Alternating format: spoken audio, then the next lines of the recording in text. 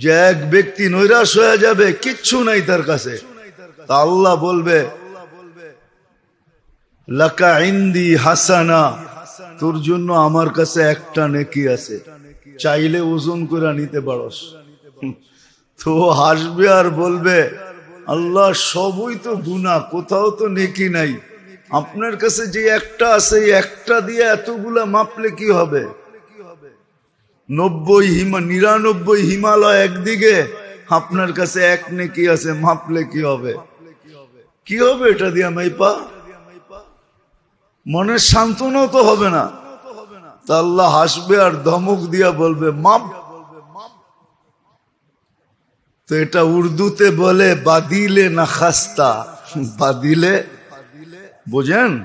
উর্দু মুর্দু তো বোঝেন না, আর বললেও বলবেন পাকিস্তানি, ঠিক না? এটা হিন্দি, হিন্দি উর্দু না। বাদিলে না খাস্তা, মন চাবে না তারপরও রেখা দিবে পাল্লায়, রাখতে দেরি 99 দফতর হিমালয় হাওয়ায় উড়তে দেরি হবে না। খুইলা দেখবে আশ্চর্য হয়ে যে এতটুক কাগজে এত ওয়েট কি এটা? তো খুইলা দেখবে ফাইদা ফিহি লা ইলাহা ইল্লাল্লাহ,